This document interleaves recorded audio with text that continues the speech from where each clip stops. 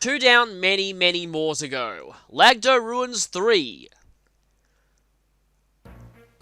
And I'm going to want to make sure that I have restore stars for this one, so let's see if I know I have at least one. Who has it?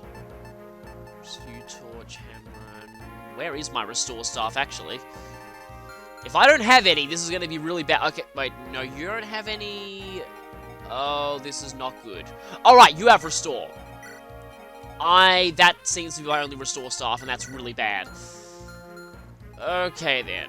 Thankfully, I do have 2 purge uses, and I did promise that I'd be giving Natasha a better, I can't give anything because of that stupid... Yeah, let's go ahead and use some of my extra characters as storage. I suppose I can just use Shine. Was saying that I would give Natasha a better staff here, so let's go ahead and take one of those. I wonder if Warp will come in handy at some point here. Ross is doing pretty decently. Let's see if I can give him another axe up. That is my only silver axe that has full uses. Joshua definitely needs more weapons. Let's see who I'm likely to be using here, though. Definitely Natasha. Cormag is pretty insanely overleveled.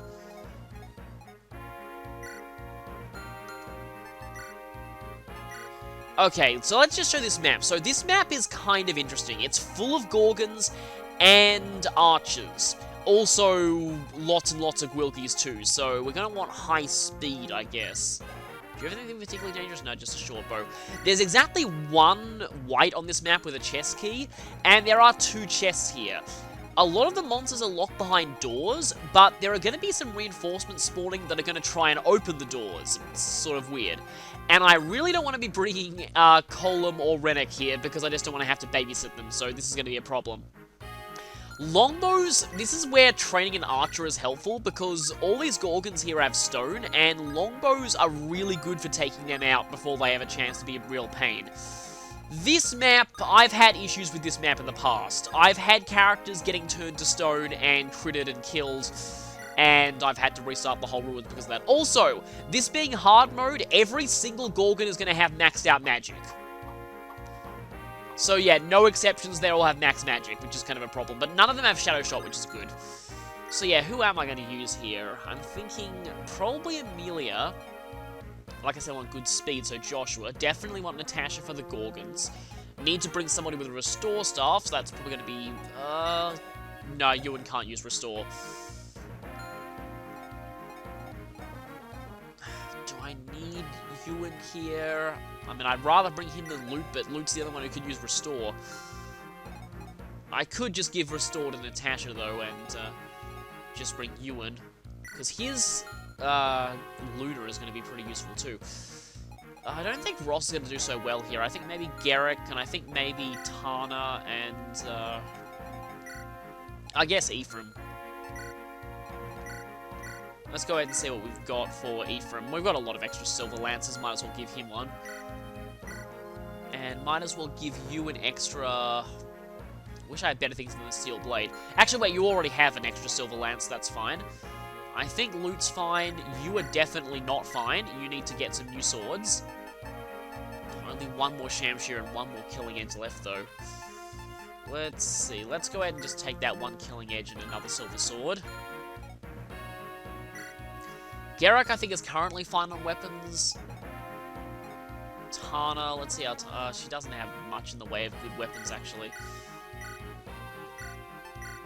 Let's go ahead and take an extra Silver Lance for her.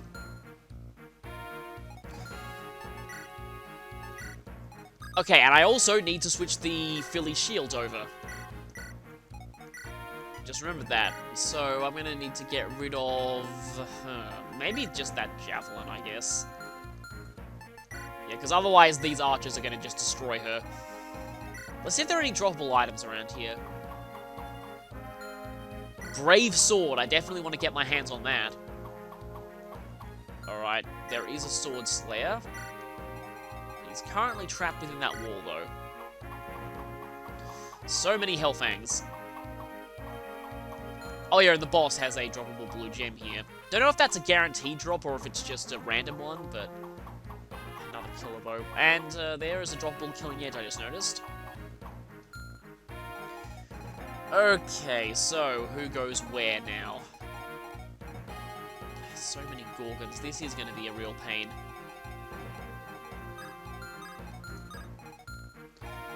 I want to get rid of these guys early. Maybe with some people with higher movement, just so they can easily get back into the action after they've done that.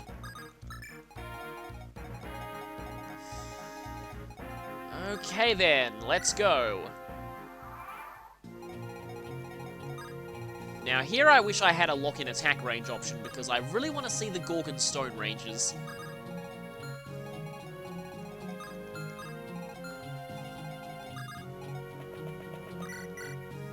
Okay, you are a lance user. So I suppose Garrick should fight that one first. And another critical. Some people have been counting Garrick crits. I say they shouldn't count if they're from a killer weapon, because that's kind of unfair. The counter was meant for low percent criticals anyway. Yeah, Amelia can reach that other one, so that's good. Can't quite kill that thing with a non-crit, though. Well, there's a crit. And a not-kill crit. Just barely a not-kill crit. And there's a second completely unnecessary one.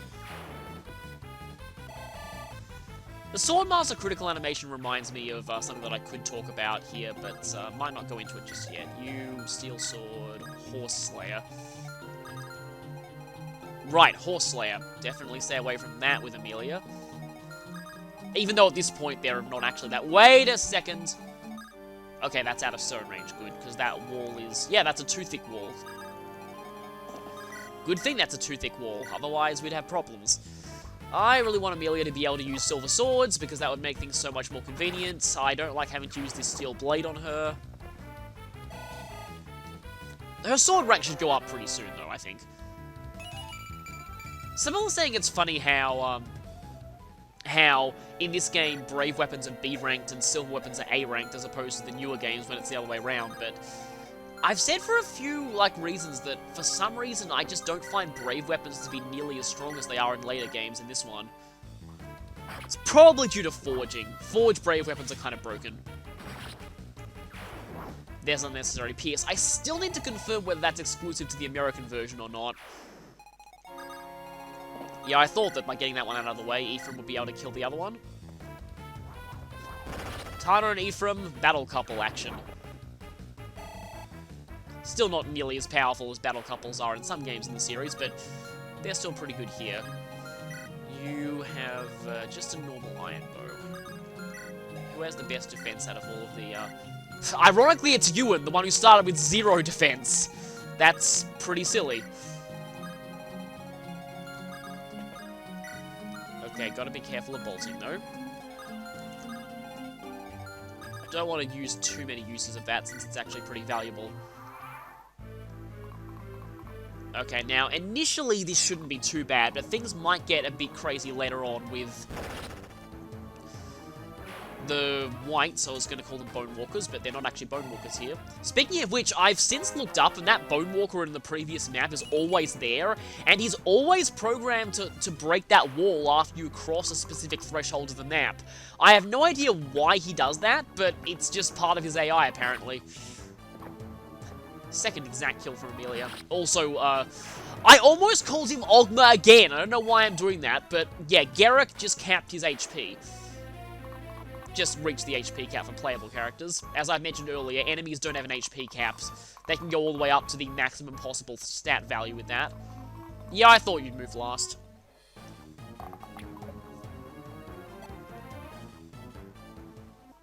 Of course, his current HP is not quite the max, because leveling up does not raise your current HP, only your max HP.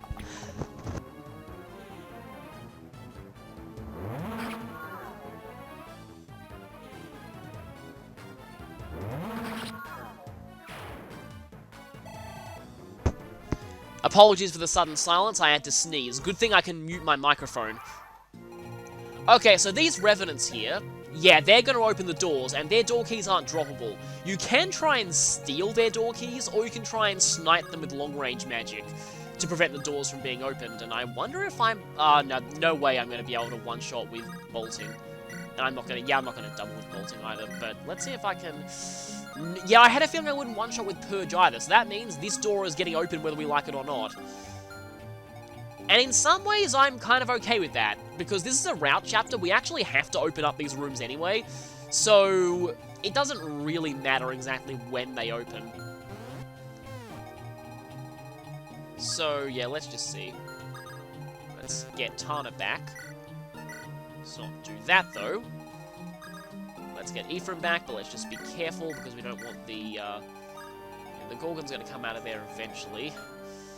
Yeah, they're just sneakily positioned so as you can't hit them in their initial positions without longbows. That's why having a longbow here is actually pretty useful. Of course, if I'd known exactly where this guy spawned, I could have positioned people to take him out immediately. But like I said, I'm fine with this door being open now. Just need to make sure that I'm ready for 1, 2, 3, 4, 5, 6, 7, 8. Okay, up to there. That shouldn't be too bad.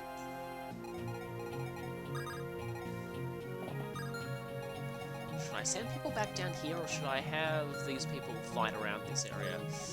Do have to watch out for... Okay, one of you does have the Horse Slayer. Heavy Spirit or Horse Slayer. Nightmare for Great Knights, I guess. And what do you two have? Iron Lance and Lance Reaver and a... Oh, okay, I don't want you using that Brave Sword on me. I want you to... and I can't attack that thing in melee range without... And I can't attack that thing in ranged range without not killing it. Sometimes the enemies have this weird habit of, okay, if I do equip that lance... if I do use a lance against this thing, there is a very distinct possibility that it will keep its Lance Reaver equipped and not use its Brave Sword, and that's good with me. Because I want that Brave Sword drop. Definitely want that Brave Sword drop. Because even though I said earlier, the Brave weapons aren't quite as amazing as they are in later games, they're still very, very good.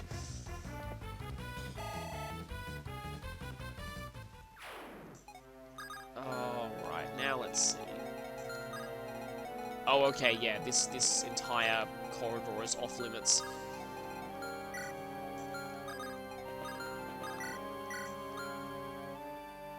Most of them seem to be lance users. Guess I can send Joshua back. Okay,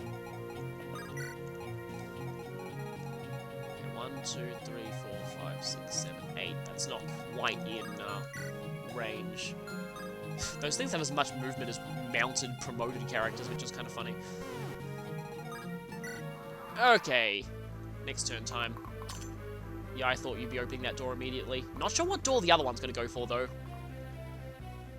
Okay, the moment of truth is the next one that attacks. Will he use his Lance Reaver? If he does, I'm okay with that. If he doesn't, then I get the Lance Reaver, and that's not a bad weapon either. I've said it before, but I'm really glad they brought back Reaver weapons in... And he did equip the Lance Reaver, good, but in Fates. I mean, technically they were dual weapons, but still, they did kind of the same thing. Kind of like how they included a Reaver Tome as well. Still annoyed that I missed that conversation in my blind run, the one from Ophelia's Paralogue. Anyway, there's a break, which, ironically, I think you can actually use that. So, might as well keep that. Even though I'm probably going to give it to... Yeah, I'd rather give it to Garrick than Joshua, because Joshua double attacked nearly everything anyway, and his strength is a bit lower, so... I'd rather have a high crit rate weapon on him than one that lets you attack multiple times, whereas Garrick doesn't always attack multiple times, and with Garrick's higher strength, he'd get more mileage out of hitting 4 times. Still like how Garrick uses axes decently well, though. How high is his axe rank now? Because I'm not using steel axes on him, and they're the ones that give better, better weapon experience. He had exactly 6 uses, so yeah, he kills. I think this was 3 kills. Yeah, we're all probably... Yeah, that was exactly enough for 3 kills. We're all probably going to end up at level 20 by the end of this, definitely. And yes, here comes the big surge of enemies. Actually, that is quite a lot of enemies. Is that Gorgon going to move too? Yes, the Gorgon is going to move. Alright, I'm guessing you also have a door key. Yes, you do. You're probably going to unlock this room with all of those Wilgies. Okay, I'm guessing you're going to unlock that room? Yeah, I suppose so. And yeah, there's some stairs there and stairs there, so there are probably going to be a lot of reinforcements here too. I don't like that Gorgon.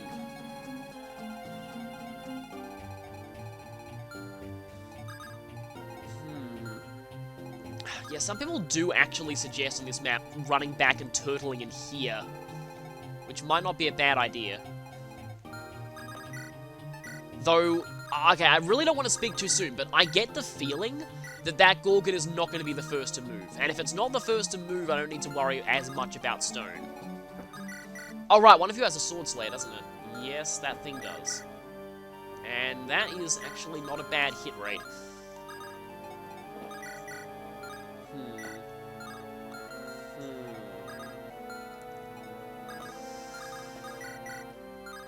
Don't double you. I don't actually one-shot you with that.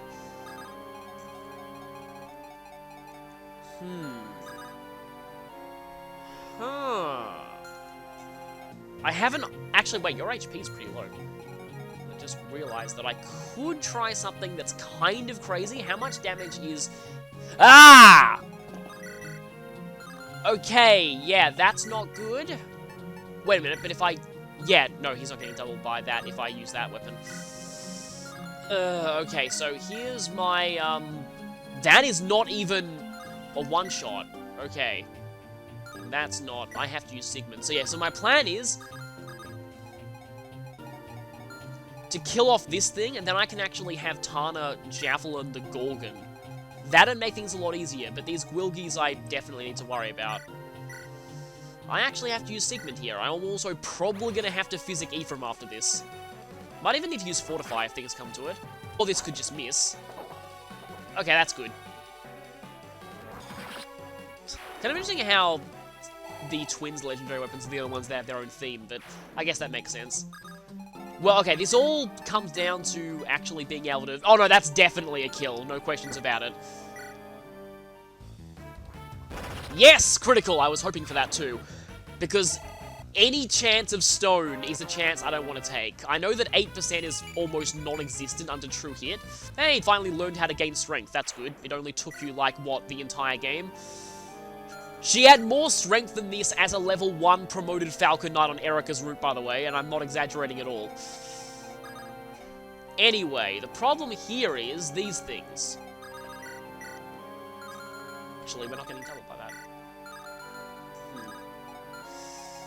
The Sword Slayer, though, is definitely an issue.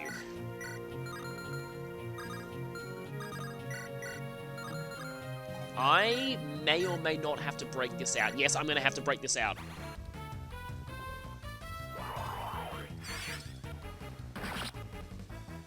I wonder if the other Gwilgie's going to double her with this, though, because even though this gives +5 speed, it does have a lot of weight. So +5 speed means that we've got 27 speed, effectively, but this is 13 weight, and we've only got 6 con. I don't think it's going to double her.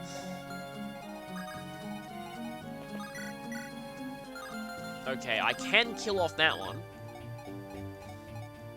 Okay, and Joshua has enough movement to reach that. And Ewan has enough movement to potentially attack it from range. Even though his hit rate is bad. Guess the one good thing about Gleipnir is that it actually has a not terrible hit rate. Alright, so Natasha eliminates this thing.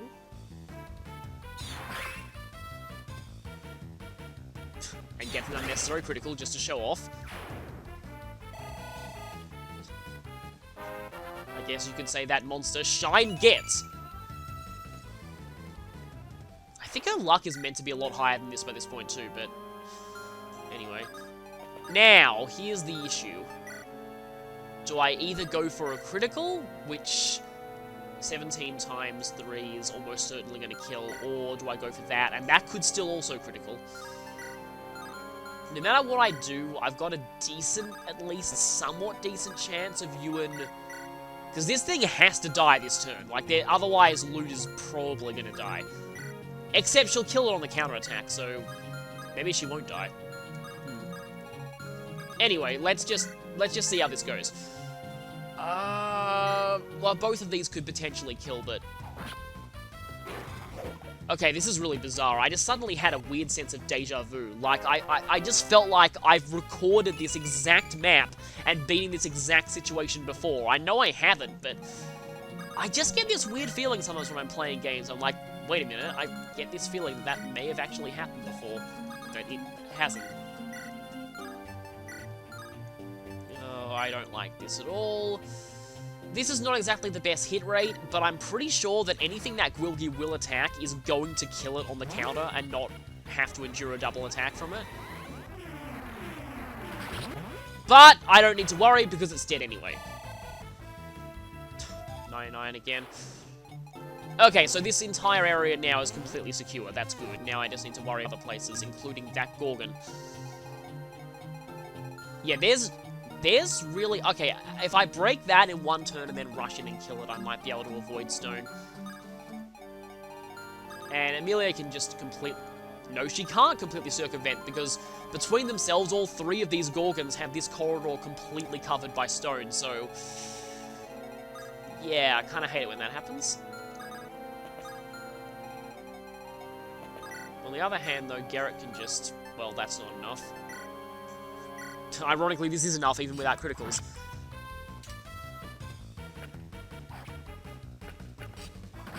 And I didn't get a critical on either attack.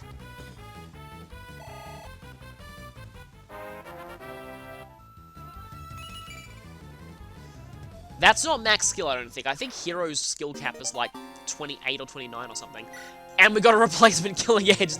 Yeah, no, it's definitely... Oh, maybe it's 30. I feel like it's not 30, though. I think it's like 28 or 29. I know in some games it's 30. I think in Shadow Dragon it's 30. That's not enough. If I equip this Javelin, that forces him to go for Garrick. Okay, yeah, there's that door. But I'm very far away from that. Okay, that one's going for the other door. I may... Okay, so Garrick and... I like Gorgons coming to me. That's definitely better than having to potentially go into their range.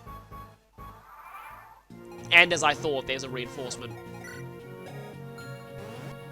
Yeah, something that I've read online is that these whites are completely passive. Like, after they've used their keys, they just stand there and don't attack you. But what we have here is a ton of Gwilgies, plus a Gorgon coming right at us. And we're soon going to have another ton of Gwilgies coming right at us. And then we've also got reinforcements starting to spawn.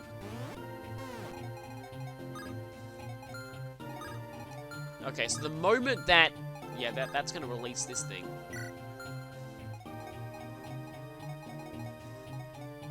That's its potential stone range.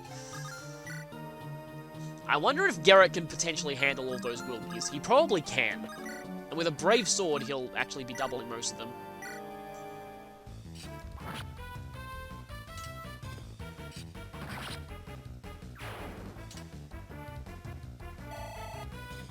Of course, I need to make sure that Gorgon dies first. Now, the question is, does Amelia stay here and back up Garrick, or does she,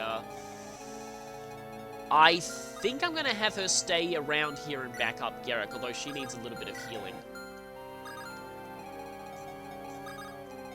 Oh yeah, you're certainly in range. Not of that, I meant of Physic. Kinda wanting to save Fortify for later. You can potentially get extra fortifies in the ruins, though. I'm surprised that I haven't actually gone on one of my, as of now, currently... Oh, hey, Swordmasters only have a 29 skill cap. I was sure it was 30. Might as well finish off the level up on Ewan, but anyway. Haven't gone on one of my, kind of, at this point, trademark for the post-game tangents yet, but... This map actually has quite a lot going on early on.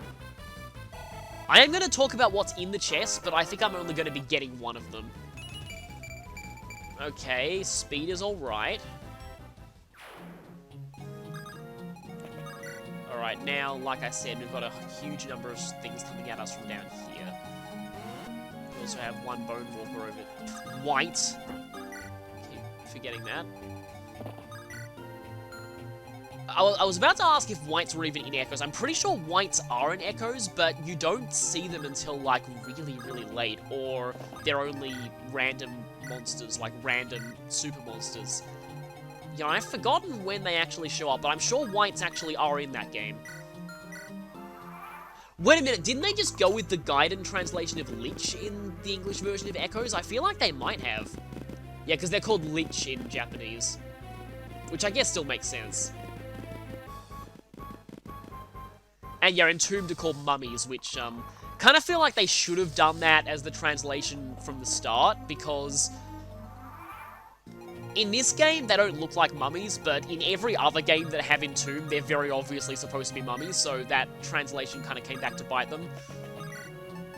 Alright, now if I equip the Brave, we both double, except you're going to be doubling anyway.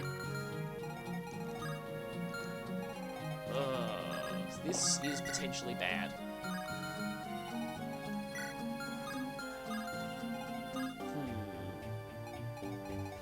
I want that Gorgon to be dead. Don't think anything else here has door keys. And this could be a situation where that 7 HP that Garrick is missing could be the difference between death and not death. Especially if all 4 of these Gwilgies double him. So that's 40 damage total? 40 damage total, actually, he can take that. And that's assuming, okay, so that's 26. Okay, 2 of them have 26. Oh, yeah, even the 25 speed Gorgons double him. If only you gained 1 point of speed, then the 25 speed Gorgons wouldn't double you. I'm going to physic you just in case it actually matters. Watch out for these other Gwilgies, though. There's so many of them on this map. Like I said, the Ruins maps kind of follow a sort of a theme to them. And it's already almost 30 minutes. Yeah, this one's going to be even longer than the other 2, probably. 28, still 28 enemies left. Okay, I trust in Garrett. And he didn't even need the Brave weapon.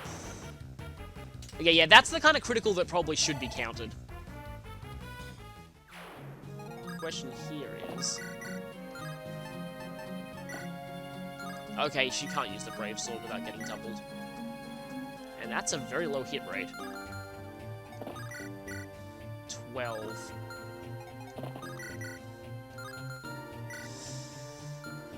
Amelia has 48 HP, 46 HP, and there's a very good chance that a lot of them are going to miss her, but even still...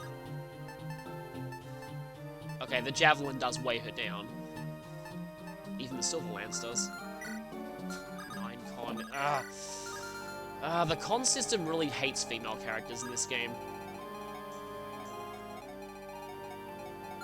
Alright, wait, that Gorgon is not quite all the way to... Yeah, I'm gonna have to put Ephraim here. Okay, I think he's gonna be fine.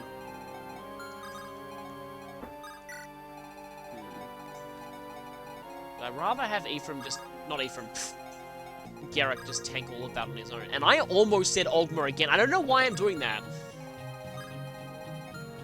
I haven't played a game with Ogma in it for a really long time. I have no idea why my mind is so fixated on calling Garrick him.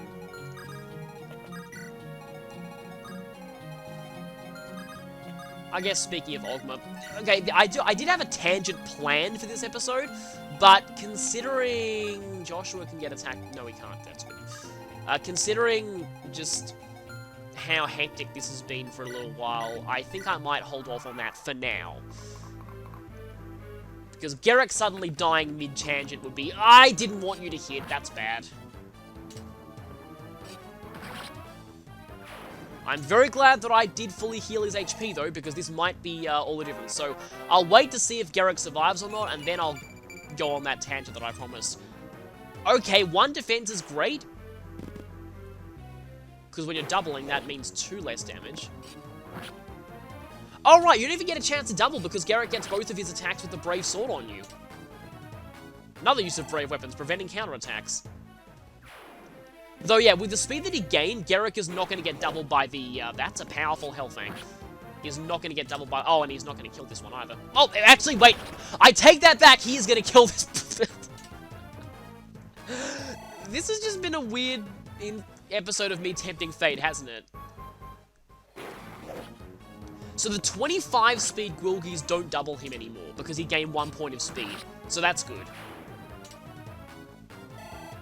So, I don't want to speak too soon, but I think he's safe. Yeah, this Gwilgie's not going to double him anymore. Came very close, though. Wow, if he didn't gain that 1 point of speed, he probably would have been dead. If he'd missed one of the Gwilgies with one of his Brave Sword attacks. I'm so glad that I'm using the Brave Sword on him right now.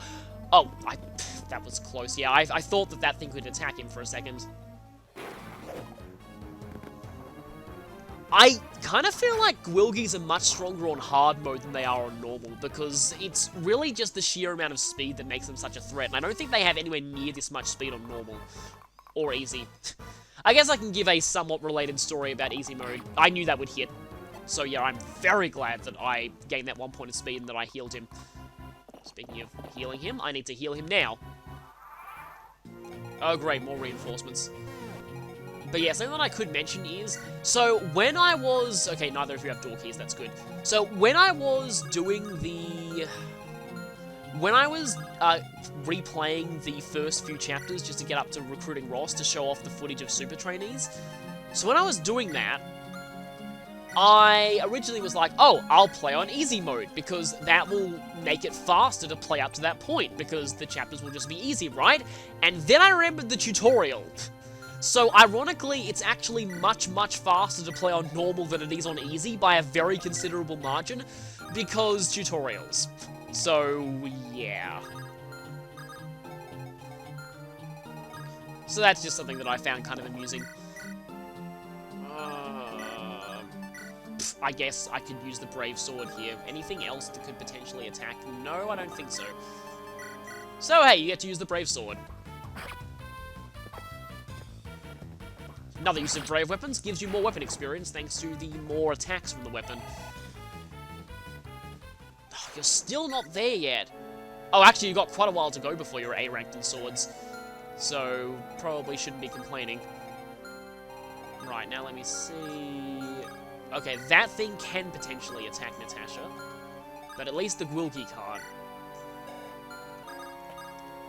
But yeah, it's kind of funny, because normally you'd assume that playing on the lower difficulty level is, faster, but in this case, it's really, really not faster. It's incredibly slower.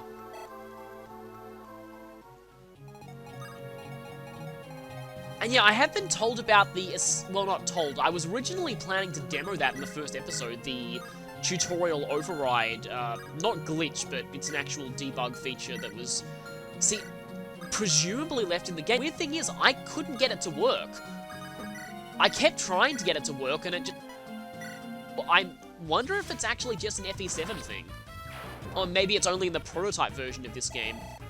You're supposed to be able to hold a certain button combination to break out of any forced movement due to tutorials. The main use of this is back in FE7, breaking out of Wallace's forced promotion, so you can use your Night Crest on someone else, but...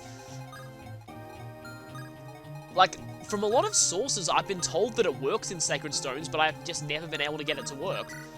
I just wanted to... Basically, what I was gonna do is I wanted to go, screw Destiny, let's have Seth kill the Chapter 1 boss instead. But, sadly, it was not to be. Another 99. Wait, that's actually not Gorgon range. So okay, can't even put you in range. I guess I can lure you and say one less enemy for the route. Okay, yeah, that's just a steel bow. That's not anything really, really dangerous.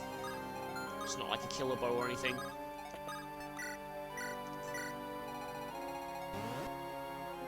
Alright. So, we don't have to worry about any of the doors opening now. But this Gorgon is going to just sit in the center and be annoying. And really only mounted units stand a chance of running up this corridor without getting stoned, so I might have to send my non-mounted characters around here.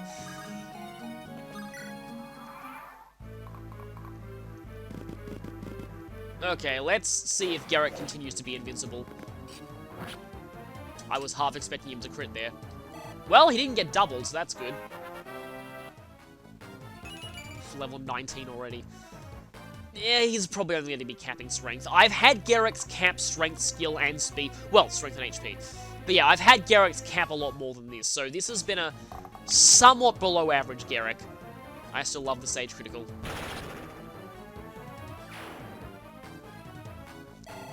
Saw that a lot back in FE7 with Pen as an NPC.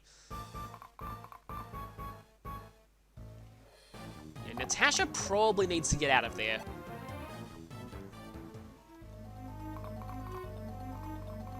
Okay, you there. You didn't go for Natasha, I was hoping you would. Because then you would die. Ugh.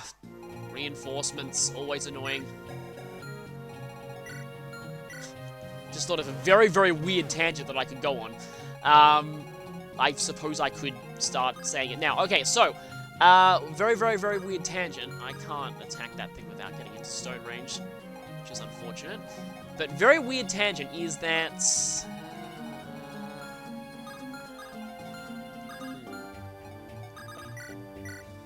Okay, first, that hit rate is not reliable. Yeah, I'm probably going to have to retreat Natasha a little bit. But yeah, very, very weird tangent is that, I have, so just a disclaimer, I have absolutely no experience with... Okay, you can't go there, you can't go there. I have no experience with this series. I think it was Command and... I wonder if it was... I think it was Command and Conquer. I think it was one of the earlier Command and Conquers, but, I was at a friend's house one time and seeing them play an early Command and Conquer on PC, because this was back when I was really, I mean, okay, so this was back when I was in, like, really, really young, like, the equivalent of, like, grade school for America, so very, very young. But this was back when I'd become obsessed with Age of Empires and had really loved that game. So, at a friend's place, they were playing a little bit of Command and Conquer, and so... The funny thing is that Command & Conquer, when it first... Well, the first Command & Conquer, when it got released in Australia for the first time, it was horribly misrated. They gave it a G8+, like the equivalent of E10, and then it was quickly re-released with an MA rating, the equivalent of US as M, because it's actually quite bloody from what I've heard about it. And has some apparently quite graphic deaths by units killed by fire. So, but because it was massively misrated, a lot of kids played it back in the day. So, I mean, I suppose kids would play it anyway, even after it wouldn't be, even after it was MA rated, because, yeah, sometimes they just play those things just to be cool. But anyway, not going to go into that. But, anyway, so, the point of this story is that I didn't understand what was going on, but there was just a part of this scenario where... You get into this enemy base, and then people just start dropping down in parachutes. So this is the only thing I remember about seeing this game. And the thing that just stuck into my mind is that somebody screamed, "Reinforcements! Ah!" So that sticks out in my mind. Every time I see reinforcements in any game I play, my mind immediately goes to that. Goes to, "Reinforcements!" And just random screaming. It was just such an overreaction to reinforcements appearing that I always thought it was funny. And that was one of the, I know that some of the later Command & Conquer games went full-on ham, but that was one that I don't think did. It was a bit more subdued. So, it was kind of weird having a reaction like that.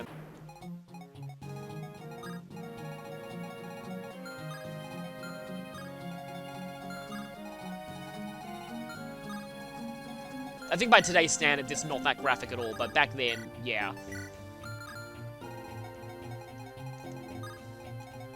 But still weird when games get enormously misrated sometimes.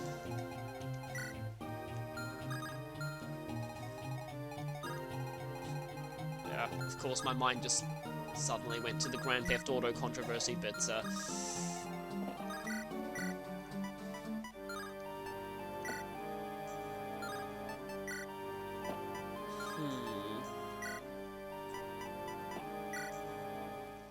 Although, yeah, I still don't think the whole controversy over that was fair, because from what I remember, that was over a mod that wasn't even, like, it was content that was technically in the game, but you wouldn't see it without hacking, so I don't understand why that really deserves a re-rating, I guess.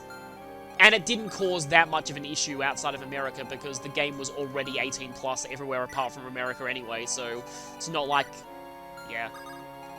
I know that this is a weird thing to be on a tangent about, and I don't know if I should be talking about this kind of thing, but I still think it's like, I still think the controversy was really overblown because it's like, yeah, like, killing pedestrians gorily is fine, but consensual sex between two adults, oh no!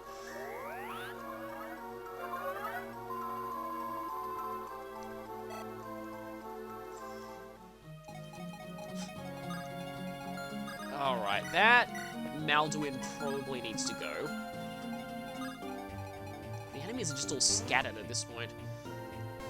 I am really wishing that I had longbows here, but I did not train an archer in this. Garrick actually needs a critical to kill that thing. Well, he's guaranteed to kill that, so I might as well go for it. Okay, I'm pretty sure I'm out of stone range. Anyway, I guess I should probably talk about the tangent that I actually planned to go on here, and that was Fire Emblem Warriors. I wondered, no, you don't have any ranged weapon. Normally, a move like this would be suicidal, but I have the Philly Shield, so that's fine. Actually, wait, no, I was intentionally keeping you here because of that archer, that's why. And you... Wait a minute. Okay, there's two things I could... Actually, wait, no, I have a full inventory.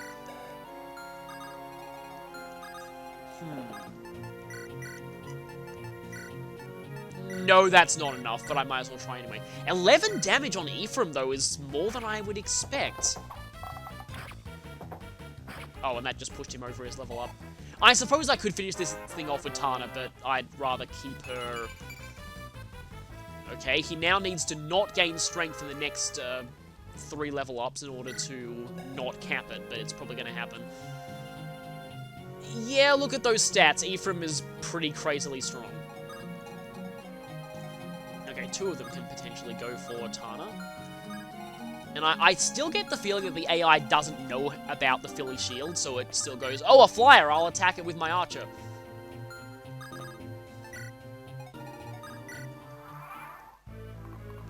But anyway, the tangent that I was planning to go on, Fire Emblem Warriors. So, yeah, the reveal of Lyn that came out just after I started recording the Ruins. So, the first 2 episodes were recorded before I knew that. And as of recording this, I'll just say that the second part of the Ruins hasn't gone up yet. But yeah, Nintendo Directs are usually at a very weird time for me. Australia's time zone generally just doesn't work for a lot of things. I did actually catch the Fire Emblem Direct when it went live. That was the one that I really cared about enough to actually do that for. Oh, that's a lot of reinforcements. But anyway, so I didn't manage to catch this one live. But yeah, I did not expect Lyn at all. Like, I really didn't expect Lyn at all. And it's also strange. I can also sort of understand it that some of the fan base is actually still mad, because some people have described it as like, we make it seem like we don't care about you for, like, you meaning fans of the older games. We make it seem like we don't care about you for 80% of this game's marketing. And now we finally throw you a bone and only give you one character just out of the blue. It still feels weird that Lyn is in without Eliwood or Hector or even Roy. As much as I don't want Roy in because I don't like him. But yeah, it still feels a little strange because her being like the only GBA Fire Emblem rep is just kind of... And I mean, I know she topped the female Choose Your Legends poll, but here's the thing. Okay, I know that Lyn is a very popular character, and I don't mean this as any offense to Lyn at all, but I kind of feel like part of the reason why she topped that poll was less for her itself, and more for the fact that she is a GBA Fire Emblem character. Like, if that makes sense. Like, that's the real reason I found that the GBA Fire Emblem fans were voting for her partially because she was the first Lord that they knew about. And it's more for that factor rather than Lyn herself. It's more like, it's less a vote for her and more a vote for GBA Fire Emblem in general. Even though Lyn herself is still very popular, and I still like Lyn as a character, like, in her own right. I just feel like the vote, again, is probably partly through, anyway, GBA Fire Emblem fans. But still, like, I get that, but I still feel like, and again, there's the issue of her being yet another sword user, when, you know, I would've, when it comes to GBA representatives, I probably would rather go Hector or Ephraim, because they, you know, don't use swords. I need to heal Ephraim. Okay, thankfully I do have you in here. So, I don't know, but from what I've heard, Lyn's animations are very true to the GBA game. So this is something that I really do like about the Warriors crossover slash spin-offs is... And this was in Hyrule Warriors as well, just the sheer attention to detail and all the references they do back to the characters' home games. Like, there's so many subtle ones in Hyrule Warriors that were just really cool to notice if you were a long-time fan of the Zelda series. And apparently the same is true for Fire Emblem Warriors in the fact that, like, Ryoma, a lot of his animations are direct callbacks to the Swordmaster animations from Fates. Just like subtle references, like not obvious references like Takumi having his doubles or things like that, but like more subtle references like the animations or things like that. I'm trying to think of an example from Hyrule Warriors, but there's like the fact that you can see the fishing shop in the Lake Hylia stage in the background, for example. Things like that.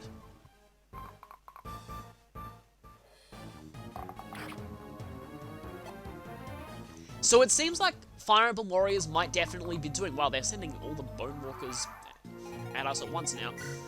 But yeah, things like that, and I'm really glad I had a feeling one of them would have a horse slaying weapon. I just kinda could tell.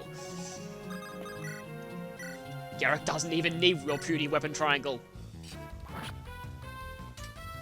So yeah, I'm kind of avoiding all of the drama around Fire Emblem Warriors at the moment. It's just a complete mess at this point. I'm sure it will be a pretty fun game.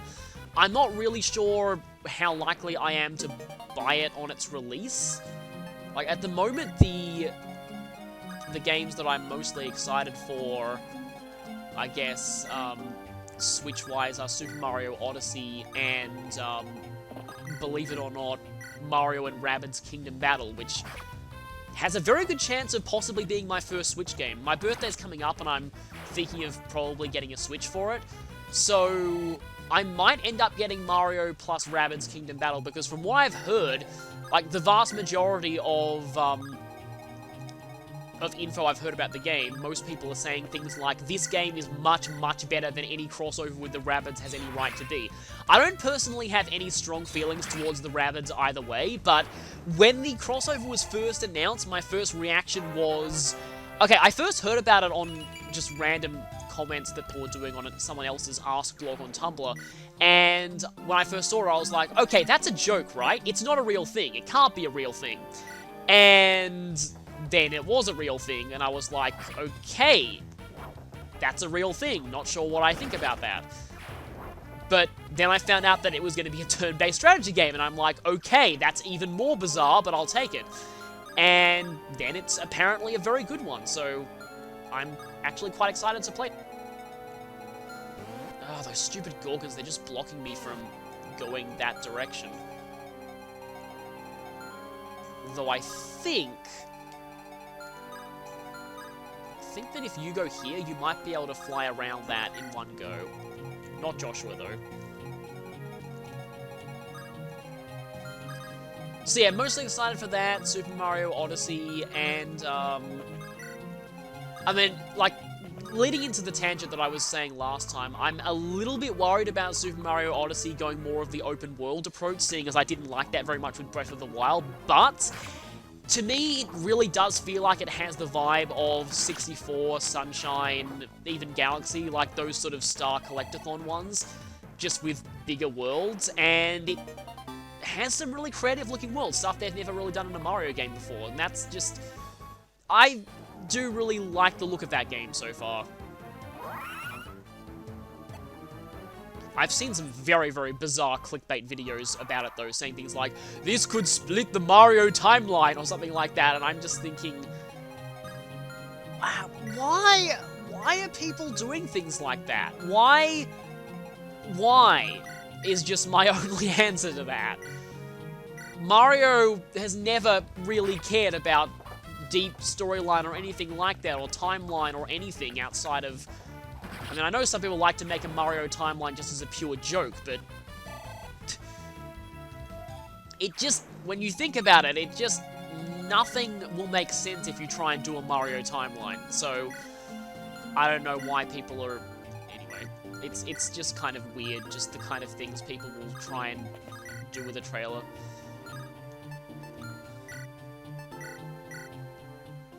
I mean, I'm all for full trailer analysis videos, Game Explain style, but when you start going into really bizarre crack theories like that, which I've seen plenty of clickbait videos in my recommended for Sun and Ultra Sun and Ultra Moon like that too, but it's just very, very weird that people are actually doing that for a Mario game of all things.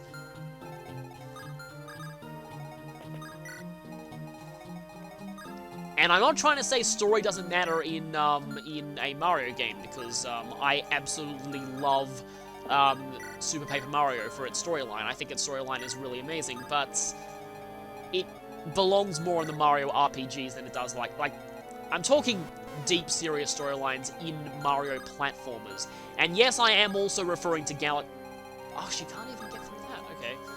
I am also referring to Galaxy. It's kind of strange how... I don't know, I don't mean to be negative about things, but, like, the fact that people consider Galaxy's Rosalina storybook backstory to be really, really deep and amazing is kind of... I mean, it's unusual for a Mario game, but it's not like a... I don't know, it's not like... that game automatically is an amazing story-driven experience just because of that one thing that's not really relevant to the gameplay at all. I'm just kind of going all over the place here. Talked about Zelda before, now I'm talking about Mario. But anyway, excited for Odyssey, excited for Xenoblade Chronicles, although I have a feeling it may get delayed. I was one of those people that was quite happy at the announcement of Xenoblade Chronicles 2 because... X just didn't really... X was very much a Western RPG, but Xenoblade Chronicles. And because I don't really enjoy Western RPGs as a genre much, it naturally didn't appeal to me very much. I got a bit of enjoyment out of it, but there are just a few things. Like for example, I'd rather have Xenoblade Chronicles 1's multiple huge areas than only 5 really huge areas.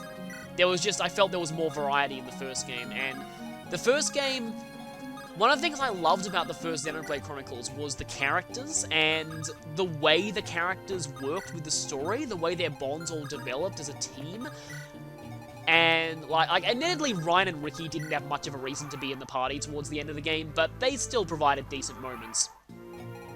Yes, Gorgon, I am ganging up on you right now to try and break into this wall and take you out with a cavalry unit. Your days are numbered.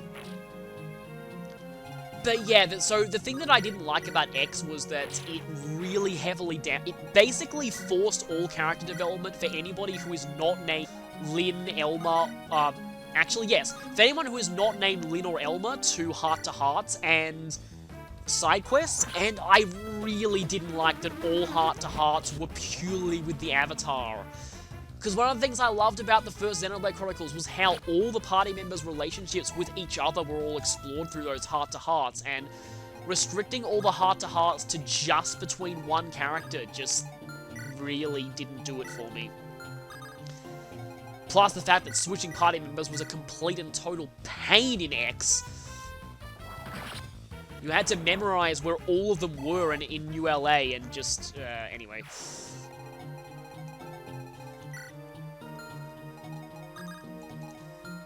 So yeah, basically, I'm more interested in the idea of like a full Xenoblade sequel than X, although I don't know if I should be saying this or not, but some people, and I understand that some people would rather an X follow-up, considering that X did end on a fairly ambiguous cliffhanger. Not so much cliffhanger, but it did have a lot of unanswered questions, whereas the original Xenoblade Chronicles, I mean, kinda concluded in a fairly answers everything fashion, so... But anyway, I'm interested to see where X Xenoblade Chronicles 2 goes, but... Just going on complete rapid-fire tangents on lots of random topics here, but there's really not much else to say at this point. But... yeah, I do see people whining about voice acting a lot when it comes to Xenoblade Chronicles 2. That's another thing that I did miss in X, is the British voice actors, so kinda glad that's back, but... the ones that I've heard haven't been the best. However, I will say that I absolutely hated the voice acting in the original Xenoblade Chronicles when I first heard it, but they just grew on me over the course of the game. So, these ones might grow on me too, who knows.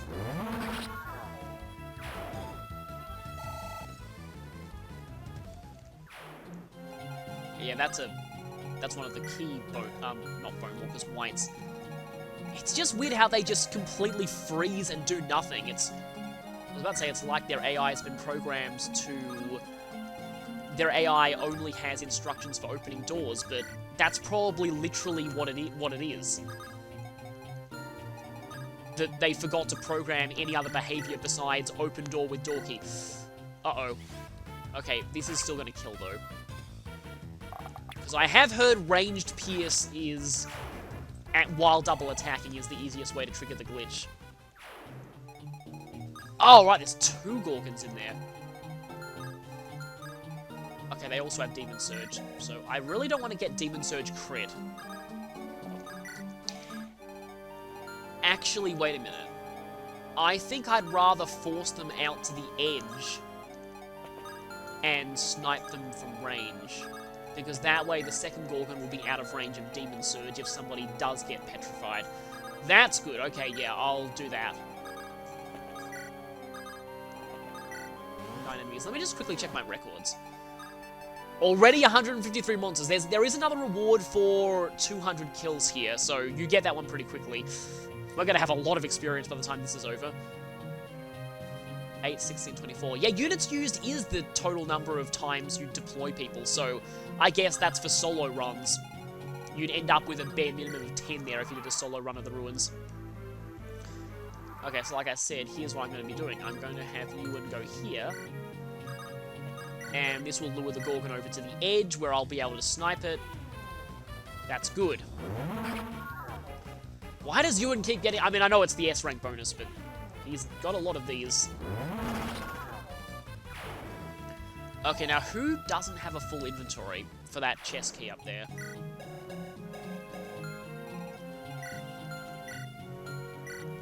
You don't. Which is kind of strange since you have access to the convoy regardless.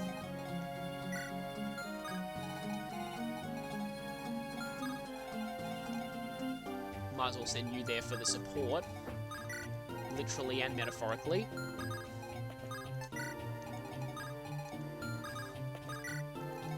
And unfortunately, the only way to here at this point is breaking that wall. Although I think I might have a few extra door keys in my convoy, I'm not sure.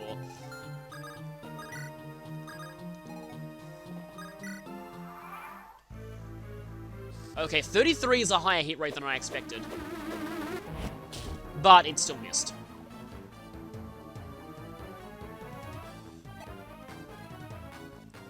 Okay, I need a range attacker who is not loot.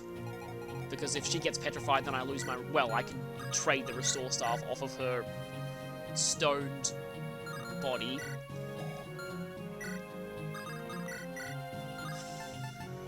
Not doubling with Luna, of course I'm not. Okay, I want you to get the experience here, but I'm pretty sure that I can't do that, so I'm going to have to just do this. And this will also lure the other Gorgon. Although not into a position where it has to go to the very edge of the wall, so I might actually rescue Natasha. She's almost capped already. Would appreciate a little bit more magic, but that's kind of fine. So yeah, this Gorgon will only go all the way to the wall if I'm around here, which means that I'm gonna need... Whose mounted you are? No, I'm not gonna supply. Yeah, so now I can leave you in here. Take you, drop you, and get the chest key. So after I've got this, I'll explain what's in the chests. The chests here are not that great. One of them is just a random steel weapon. Or possibly a gem, but they're a lot rarer. Okay, so after I break... There's the chest key. After I break open this wall... Or I could just try and snipe these two over the wall via counterattack. I could probably do that. That guy also has a rune sword. It's mainly these two that I'm worried about. Although, the moment that I break this wall, they can't actually get to me, so it's probably okay.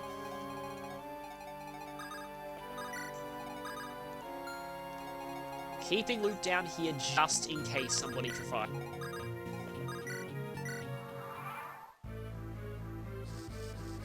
Be able to get hit by Demon Surge anyway, but still. And that's why I kept loot down here. Thankfully, there aren't any other enemies in the area, so that's fine. Don't really need to do this, but might as well. Extra staff experience, I guess. Not much extra normal experience, though. I do double that one with Luna, but yeah, I'd probably rather just be safe and do this. One hit rate, nice. This has gone on for over an hour. Yeah, I mean, I could turn off animations if I wanted to, but it's just, I like seeing just the personal sprites of everyone. It's just something that just gets me attached to these characters a lot more. So right, I guess now I should probably do the promised chest discussion. So, floor 3 of the Lagdou ruins is according to Serena's Forest. The western chest, which I think is probably this one. Wait. This only has 2 chests listed and there's 3 here. I'm confused now. It just has west and south listed. West must be this one. South must be this one. So that'd mean this one is not listed. So the west chest has basically a random B-ranked, well, Hellfire, Divine, or Nosferatu, another case where you could potentially get Nosferatu, and possibly gems. The south one has random steel weapons or possibly gems, but this one, what does this one have? Oh, okay, the reason why it doesn't list it is because it's not a random chest. It must always have 3,000 gold. Actually, out of all the chests that I could potentially get, I'm going to take that one.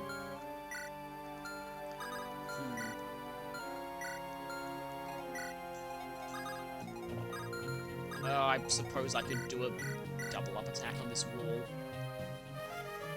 wall. Spears are so expensive, it's kind of annoying breaking them, but it's fine. So now let's just quickly get this map over with. Not to get too complacent, because those Gwilgies could still potentially be a threat to someone. And here they are moving. I was about to say, did they just block the archers completely? But they didn't fully. One of them can still move. Okay, now, my plan here is to just smash through these enemies as fast as I can. Although that's probably going to be hard for the Gwilgies, because they're very difficult to double.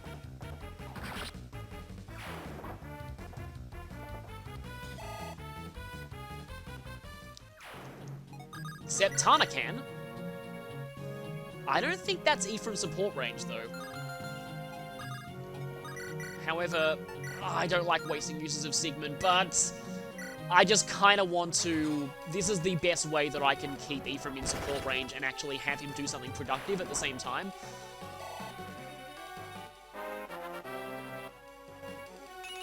I'm slightly worried now. He's got 2 levels to do this. Okay, yeah, that's definitely from support range.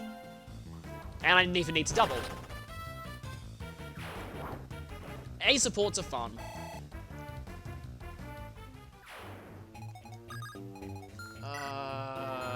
Let's just... I kind of like Ewan to get some experience here. And these two I'm just gonna... Loot's still only... Oh, there's no... HP missing off of Natasha for loot to heal, but she could heal some other people. Or she could just try and use bolting on someone, but I'm not going to do that. Okay, good, you didn't completely block me and force me to attack with Garrick, because he's not really in need of experience right about now. Okay, so this definitely ends this turn. But I can get Lou to level up just by healing Ewan.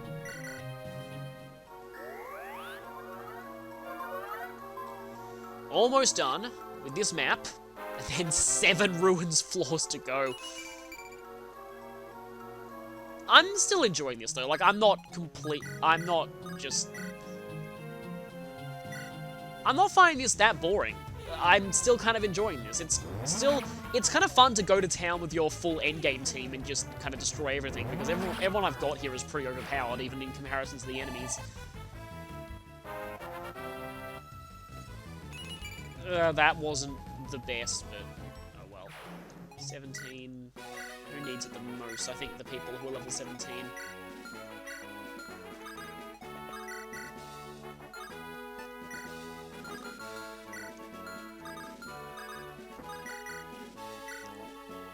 See, now Tana is finally hitting hard, like she was supposed to from the start. I still like how Wyvern Knights keep the Wyvern Rider dodge animation of pulling back, whereas Wyvern Lords just do a weird sidestep thing. Not even a sidestep, they just kind of lean sideways a little bit. And there is a blue gem. More money. And that's the ruins complete. 3 down, 7 to go.